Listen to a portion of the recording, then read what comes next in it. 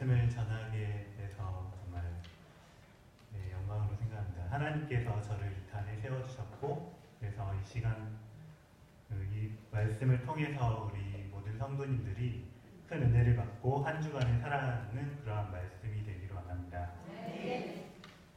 이 시간 옆에 있는 성도님들의 얼굴을 바라보면서 인사하도록 하겠습니다. 이 시간 말씀의 은혜를 받읍시다. 말씀을 잘 경청합시다. 이 시간 이 말씀을 집중해서 잘 들어주시고, 이 말씀이 제가 하는 말씀이 아니라 하나님의 말씀으로 받는 우리 모든 성도님들이 되기를 원합니다. 말씀을 전하기에 앞서서 먼저 지난 한 주간 제가 어떻게 말씀을 준비하고 또한 한 주간 어떠한 삶을 살았는지에 대해서 간단하게 나누도록 하겠습니다. 제가 이 신금호 교회로 온 지 오늘로써 딱 열흘이 되었습니다. 열흘밖에 되지 않았죠. 그래서 그 열흘의 기간 동안 저의 삶은 이제 완전히 180도로 변화가 되었습니다. 그 전까지는 제가 주로 아동부 교육전도사로 사역을 하다가 주로 파트 사역을 했습니다. 하지만 이 교회에 와서는 이제 매일 출근하고 매일 새벽 예배를 드리고 하는 그런 전임 사역을 시작하게 되었습니다. 물론 아직 제가 진정한 의미의 전임 사역자라고 할 수는 없습니다. 아직 교회 그 성도님들의 이름과 얼굴을 지금 계속해서 보고 있는 단계이고, 그래서 아직까지는 많이 부족하고, 그렇기 때문에 지금은 그 수습 기간이라고 생각하고 있고요. 그래서 이 기간을 통해서 잘 배우는 시간들이 되고 있습니다. 그 열흘 동안에 특별히 제가 이제 새벽 예배를 이제 먼저 준비하기 위해서 5시에 나와서 준비를 하고 있고요. 새벽 예배가 끝난 이후에는 다시 집으로 돌아와서 아침 식사를 하고 집에서 잠깐의 시간을 보낸 후에 다시 출근을 하는 일을 반복을 하고 있습니다. 지난주에 저와 함께 인사한 분이 저기 뒤에 앉아 계신데요. 그래서 제가 신혼이라 보니까 결혼한 지 1년밖에 되지 않다 보니까 아침에 다시 가서 같이 식사를 하고 출근을 먼저 시키고 그러고 나서 제가 출근하기 위해서 그러한 생활을 하고 있습니다. 전임 사역이라는 것이 정말 하나님께서 정말 특별히 사랑하신 분들에게 주시는 일이라고 생각을 하는데요. 그 일들을 제가 일주일, 열흘 그 정도 경험하고 나니까 이게 보통 쉬운 일은 아니라는 것을 알게 되었습니다. 그 전까지 제가 파트로 있을 때 부목사님들이나 전임 전도사님들을 보면 항상 얼굴이 피곤해 하시고 그런 상태로 계셔서 제가 솔직히 이해가 잘 되지 않았는데, 제가 그것을 막상 해보고 나니까 이것이 정말 그러한 일이구나라는 것을 알게 되었습니다. 그래서 제가 이 교회에 온 지 열흘이라는 기간 동안 전임 사역자로 지금 사역을 하고 있고요. 그래서 지금 아직까지도 제가 그 교회에 와서 무엇을 해야 될지 아직까지는 잘 모르지만 앞으로 계속해서 잘 배워나가도록 하겠습니다. 하나님께서 저를 이 신금호 교회로 보내주신 분명한 뜻과 이유가 있을 것이라고 생각합니다. 우리 성도님들을 만나게 해주신 것도 하나님의 축복이고, 하나님의 축복이라고 믿습니다. 그래서 제가 이 교회에 얼마를 있을지는 잘 모르겠지만 이 교회에 있는 동안 우리 성도님들을 정말 예수님께서 제자들의 발을 씻기시는 그러한 섬김의 모습을 보인 것과 같이 우리 성도님들을 정말 성도님들의 필요를 바라보고 찾고 섬기는 그러한 사역자가 되기를 원합니다. 이를 위해서 많은 기도와 관심과 격려 부탁드립니다. 지난주에 조자의 전도사님께서 정말 모든 성도님들을 감동시키는 설교를 하신 후에 제가 이 자리에 서게 돼서 제가 부담감이 더하게 되는 가운데 있습니다. 그래서 이 시간 제가 지식이 부족하고 말에 실수가 있다 하더라도 우리 모든 성도님들께서 너그럽게 봐주실 줄로 믿습니다. 신금호 교회에 제가 이제 지난주에 처음 오게 되었고, 이 분위기를 저의 첫 인상은 이 교회가 정말 가족적인 분위기라는 것을 알 수 있습니다. 제가 그 담임 목사님과 처음에 면담을 통해서 이제 이 교회가 어떤 교회가 됐으면 좋겠냐는 말씀을 들었고, 저는 가족 같은 분위기의 교회가 됐으면 좋겠다는 대답을 하였습니다. 그러한 대답을 하고 나서 지난주에 예배를 드리고 성도님들과 인사를 하면서 보니까 정말 그러한 분위기가 나는 교회라는 것을 확신하게 되었습니다. 저의 어머니는 올해 연세가 67세가 되시는데요. 저희 어머니보다 연세가 많으신 집사님들, 권사님들이 이 자리에 많은 걸로 알고 있습니다. 그래서 저희 어머니 연세 이상이신 분들뿐만 아니라 저희 그 모든 교인들을 제가 부모님처럼 모시고 그러한 교회를 위해서 기도하고 섬기는 우리 권사님들을 섬기는 주님의 종이 되도록 예수님의 이름으로 기도합니다. 지금까지 서론이었고요. 이제 본론 말씀으로 들어가도록 하겠습니다. 오늘 우리가 읽은 본문 말씀 누가복음 24장 말씀은 말씀을 요약해보면 예수님께서 부활하신 후에 제자들에게 나타나시고 그 가운데 예루살렘에서 엠마오 마을로 가는 두 제자가 이제 길을 갈 때 예수님께서 그들과 동행하시고 그들에게 성경을 풀어 해석해 주시고 그들에게 떡을 떼어 축사해 주실 때 그들이 예수님을 알아보고 그들의 마음이 뜨거워지게 되었다는 말씀입니다. 오늘 말씀 제목을 보시면 말씀 제목이 마음이 뜨겁지 아니하더냐라는 제목으로 말씀 제목을 정해보았습니다.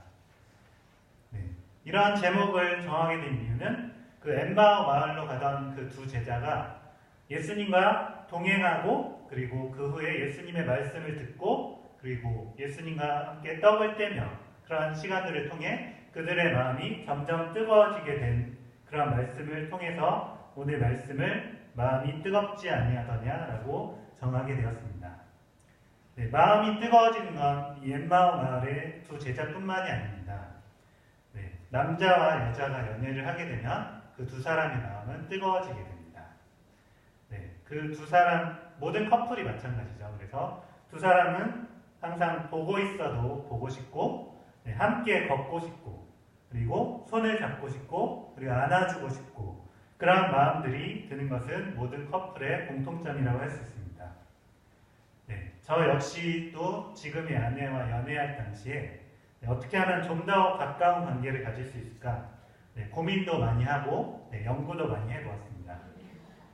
하지만 저의 아내는 저와 연애할 당시에 자신을 조선시대 여인이라고 하면서 제가 이제 좀 다가가거나 스킨십을 하려고 시도하면 그것을 지속적으로 거부해왔습니다.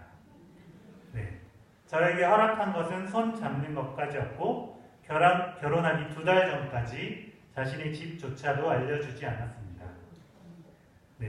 집을 알려줬을 때는 이사가는 날 집을 옮겨달라고 부탁을 위해 알려줬습니다. 하지만 점점 결혼 날짜가 다가오고 웨딩 촬영을 하고 처갓집을 자주 오가는 일이 생기게 되면서 점점 저와 제 아내의 사이는 가까워지게 되었고 스킨십도 좀 더 과감해지게 되었습니다. 저는 결혼하기 1달 전이 되어서야 그동안 참아왔던 스킨십을 마음껏 하기 시작했습니다. 제가 그렇게 제 아내와 함께 있고 싶고 스킨십을 하고 싶었던 이유는 저의 마음이 제 아내를 향해 뜨거운 마음이 있었기 때문입니다. 저는 그러한 마음이 있었는데 제 아내는 결혼 전에는 그러한 마음이 없다가 이제 결혼을 하고 나서는 오히려 저에 대한 그런 뜨거운 마음이 생겼다고 하였습니다.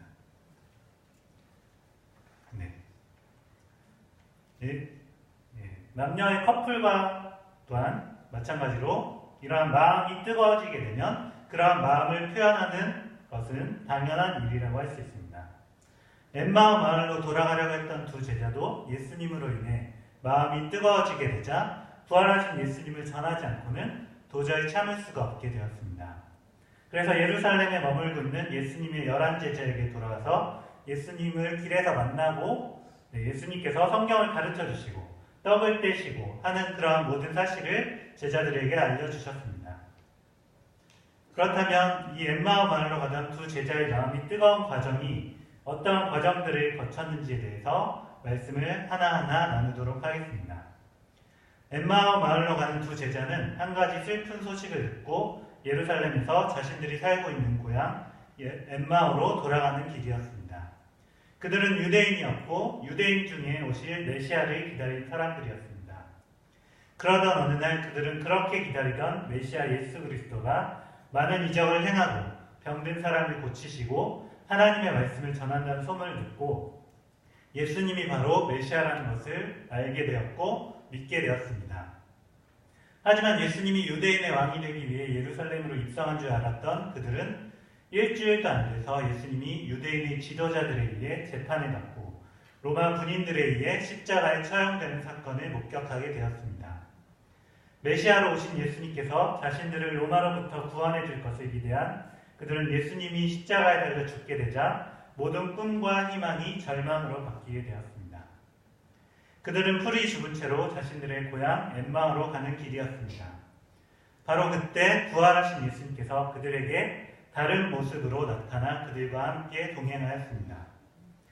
엠마오의 두 제자는 낯선 사람이 자신들이 가는 길에 함께 가는 것을 보면서 어떠한 생각을 하였을까요? 아마 그들은 그 사람에게 별 관심이 없었던 듯합니다.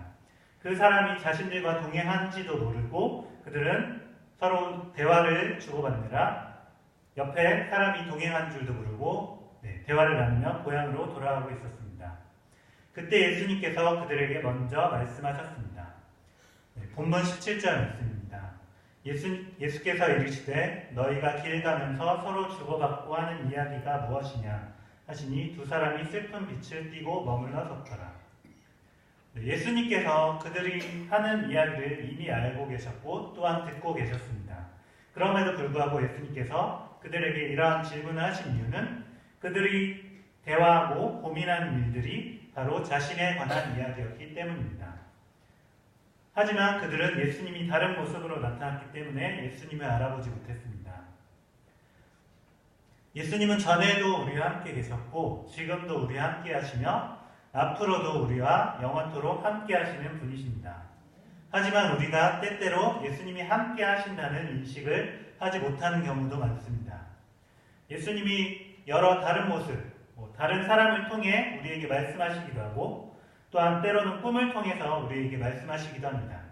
그러한 때 우리가 정말 그것이 바로 예수님께서 우리에게 말씀하시고 우리와 함께 하신다는 것을 우리가 깨닫게 될 때 우리가 예수님과 동행한다는 사실을 깨닫고 우리가 그 예수님께 감사하며 기도하며 예배하며 나아가게 됩니다. 이처럼 우리의 마음이 뜨거워지는 첫 번째 단계는 예수님께서 우리와 함께 동행하시는 때입니다. 예수님의 질문에 두 사람 중 한 사람인 글로바라는 사람이 예수님에게 다음과 같은 대답을 하게 됩니다. 18절에서 24절 말씀은 글로바가 예수님에게 한 말인데 그 말을 정리하면 다음과 같습니다. 우리는 이 사람이 이스라엘을 속량할 자, 즉 메시아가 되기를 바랐습니다. 하지만 그는 너무나 무기력하게 유대인의 지도자들에 의해 재판에 넘겨지게 되었고 로마 군인들에 의해서 십자가에 처형되었습니다. 게다가 더욱더 황당한 것은 어떤 여자들이 그가 죽은 자 가운데서 살아났다고 전한 것이었습니다. 여기까지 말씀을 들은 예수님은 그 두 사람에게 다음과 같이 말씀하셨습니다. 25절, 26절 말씀입니다. 이르시되 미련하고 선지자들이 말한 모든 것을 마음에 더디 믿는 자들이여 그리스도가 이런 고난을 받고 자기의 영광에 들어가야 할 것이 아니냐 하시고 이 말씀을 정리하면 다음과 같습니다. 어리석은 자들이여 메시아 즉 그리스도가 이런 고난을 받아야 한다고 성경에서 말하지 않았습니까? 예수님은 그들에게 27절 말씀과 같이 모세의 글과 여러 선지자의 글을 비롯한 구약 성경 전체에 대해서 매우 자세하게 설명해 주셨습니다. 마음이 뜨거워지는 두 번째 단계가 바로 예수님께서 성경 말씀을 해석해 주셨을 때입니다. 이러한 성경은 하나님의 말씀입니다. 또한 성경은 하나님의 아들 예수 그리스도에 관한 말씀입니다. 예수님은 구약 성경에서 자신에 대한 예언한 말씀을 모두 성취하신 분입니다. 또한 예수님은 신약 성경, 즉 복음서와 사신서를 통해 자신이 이 세상에 온 분명한 목적을 알고 계셨고 예수님 외에는 구원받을 만한 다른 이름을 우리에게 주신 일이 없다라고 분명히 말씀하셨습니다. 구약과 신약, 즉 하나님의 말씀, 성경 말씀은 우리의 마음을 뜨겁게 하는 말씀입니다. 우리가 날마다 하나님의 말씀을 읽고 묵상하고 성경을 연구할 때 우리의 마음이 뜨거워지게 됩니다. 이러한 말씀을 가까이 하는 모든 성도님들이 되시기를 바랍니다. 마음이 뜨거워지는 세 번째 단계는 떡을 떼는 것, 즉 성찬을 통해 우리의 마음이 뜨거워지게 됩니다. 예수님은 고린도전서 11장 23절에서 26절 말씀을 통해 자신의 몸과 자신의 피를 기억하고 기념하라고 말씀하셨습니다. 예수님의 몸과 예수님의 피를 우리가 기억하며 떡을 떼고 잔을 나눌 때 우리의 마음은 뜨거워지게 됩니다. 엠마오의 두 제자는 예수님께서 오랜 시간 자신들과 동행하시고 성경을 해석해 주시고 떡을 떼며 축사해 주실 때 그들의 마음이 점점 뜨거워지게 되었습니다. 그들의 마음이 뜨거워지게 되었을 때 그들은 부활하신 예수님을 전하지 않고는 도저히 참을 수 없어서 예수님의 제자들에게로 곧바로 향하게 되었습니다. 엠마오의 두 제자들 뿐만 아니라 예수님을 핍박하던 사도 바울은 다메섹 도상에서 부활하신 예수님을 만난 후 복음을 전하지 않으면 자신에게 화가 있을 것이다 라고 말하면서 자신의 남은 생애를 복음을 전하다가 순교하였습니다.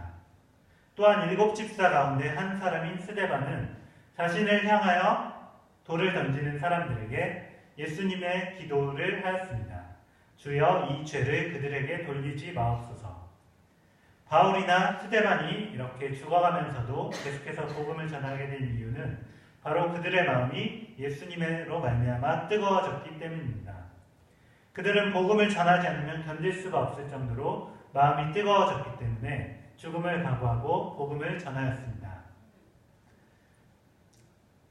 그 엠마오의 두 제자와 같이 그리고 사도 바울과 같이 7 집사와 같이 우리의 마음도 뜨거워지기를 원하십니까? 엠마오의 두 제자와 같이 사도 바울과 같이 스데반 집사와 같이 복음을 전하지 않으면 도저히 견딜 수 없을 정도로 마음이 뜨거워지기를 원하십니까? 그렇다면 먼저 우리가 주님을 만나는 자리 가운데로 가까이 나와야 합니다. 주님을 만나는 자리는 우리가 드리는 예배의 자리와 또한 기도의 자리, 그리고 말씀의 자리가 있습니다. 우리가 주님 앞에 더욱더 많은 예배의 자리에 나오고 기도의 자리 가운데 나온다면, 그리고 말씀의 자리 가운데 나온다면 하나님께서 우리를 만나주시고 우리 가운데 말씀해 주시고 축복해 주실 줄로 믿습니다. 예배를 사모하며 하나님의 말씀을 사모하며 기도의 자리를 사모하는 모든 성도님들이 되시기를 바랍니다. 우리가 그렇게 계속해서 예배와 말씀과 기도 생활을 꾸준히 하게 될 때 우리는 예수님의 제자가 될 수 있습니다.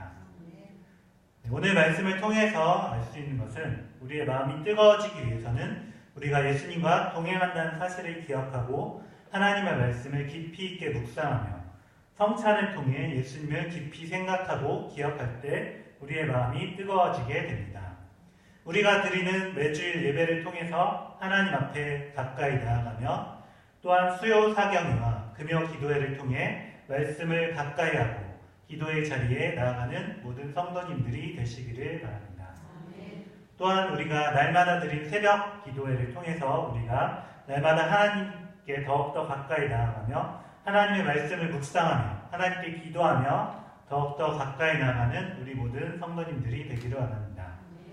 이러한 모든 예배와 기도를 통해서 우리가 주님 앞에 가까이 나아가야 하는 이유는 바로 예수님을 더욱더 알기 위함이며 말씀을 통해 기도를 통해 주님과 더욱더 깊이 있는 교제를 하기 위함입니다. 또한 예수님께서 우리가 날마다 함께 하신다는 사실을 깨닫고 인정하게 될 때 우리의 마음이 뜨거워지게 됩니다. 그와 함께 우리가 예수님의 십자가와 부활 사건을 기억하며 성찬에 참여할 때 우리의 마음이 더욱더 뜨거워지게 되는 것을 경험하게 됩니다. 오늘 말씀을 통해서 저와 모든 성도님들은 날마다 예수님과 동행하는 삶을 살아가는 모든 성도님들이 되기를 바랍니다. 또한 날마다 하나님의 말씀을 가까이 하며 말씀을 묵상하고 말씀 앞에 머무는 삶을 살아가는 모든 성도님들이 되기를 바랍니다. 또한 예수님의 십자가와 부활을 기억하며 성찬에 참여하는 모든 성도님들이 되기를 바랍니다. 네, 말씀을 이제 마치겠는데요. 말씀을 마치기 전에 제가 이제 이 교회 오기 바로 전에 전에 사역했던 교회에서 이제 그 아동부 아이들과 함께 제자 훈련을 한 이야기를 잠시 나누고 말씀을 나누도록 하겠습니다.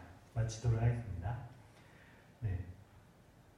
제가 이 교회에 오기 전에 이제 그 아동부 사역을 하게 됐을 때, 네, 저희 교회는 그 교회 학교 아이들이 그렇게 많지 않은 걸로 알고 있는데, 제가 직전에 사역했던 교회는 그 초등부 아이들이 상당히 많았습니다. 그래서 그 초등부 아이들이 지금 어른 성도님들의 숫자하고 비슷하다고 보시면 되는데요. 그 가운데서 이제 특별히 이제 그 아이들 가운데 제자 훈련을 받기를 원하는 저학년 아이들, 그리고 유치부 가운데 제일 나이가 많은 7살 아이들을 상대로 이제 제자 훈련을 하였습니다. 그 흔히 제자 훈련이라고 말을 하면 이제 책을 보고 딱딱한 책을 보고 재미없는 그런 훈련이라고 생각을 하는데요. 제가 이제 아이들과 함께한 제자 훈련은 그런 단순한 책이 아니라 여러 가지 이제 프로그램이 있습니다. 그래서 뭐 게임도 있고 뭐 만들기도 있고 뭐 노래도 하고 하면서 아주 재미있는 그러한 훈련이었습니다.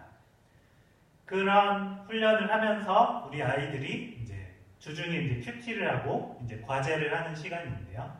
그 아이들이 정말 나이도 어리고 정말 제자 훈련을 따라올 수 있을까 그런 걱정을 하였는데, 그 아이들이 생각보다 너무나 잘 따라하고 과제도 너무나 잘 하는 모습들을 보면서 아이들이라고 정말 무시하면 안 되겠다 그런 생각을 하게 됐습니다.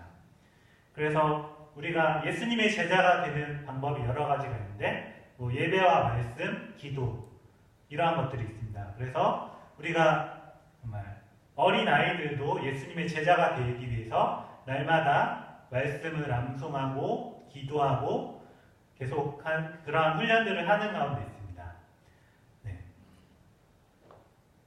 제가 이 교회에서 이제 유치부를 맡게 되는데요. 유치부 아이들 그리고 초등학교 1, 2학년 아이들을 대상으로 가능하면 뭐 올 가을 정도에 제자 훈련을 하고 싶은 마음이 있는데요. 우리 아이들뿐만 아니라 우리 모든 성도님들이 날마다 예수님의 제자가 되는 그런 훈련을 했으면 좋겠습니다. 그래서 우리가 날마다 하나님을 예배하고 또한 기도의 자리를 사모하고 그리고 말씀의 자리를 더욱더 사모하며 나아가는 우리 모든 성도님들이 되기를 원합니다. 네, 기도하겠습니다. 사랑이 많으신 하나님 아버지, 이 시간 부족한 저를 통해서 선포되는 이 하나님의 말씀이 정말 사람의 말이 아니라 하나님의 말씀으로 우리 모든 성도님들이 받아지게 하시고 그 말씀을 통하여서 은혜를 받게 하시고 한 주간을 살아가는 그러한 말씀이 되게 하시옵소서. 엠마오로 가는 두 제자가 예수님과 동행하고 예수님께서 말씀을 해석해 주시고 또한 떡을 떼며 축사해 주실 때 그들의 마음이 뜨거워졌던 것과 같이 우리 모든 성도님들이 예배를 통해서 말씀을 통해서 기도를 통해서 우리 마음 가운데 뜨거운 마음이 계속해서 일어나게 해주셔서 그래서 예수님을 전하지 않으면 정말 못 견딜 것 같은 그러한 마음을 우리 모든 성도님들에게 주시옵소서. 그래서 우리 모든 성도님들이 날마다 주님과 동행하는 삶을 살아가는 모든 성도님들이 되게 하시고 더욱더 하나님의 말씀을 묵상하며 나아가는 모든 성도님들이 되게 하시옵소서. 감사드리며 이 모든 말씀 사랑이 많으신 예수님의 이름으로 기도합니다. 아멘.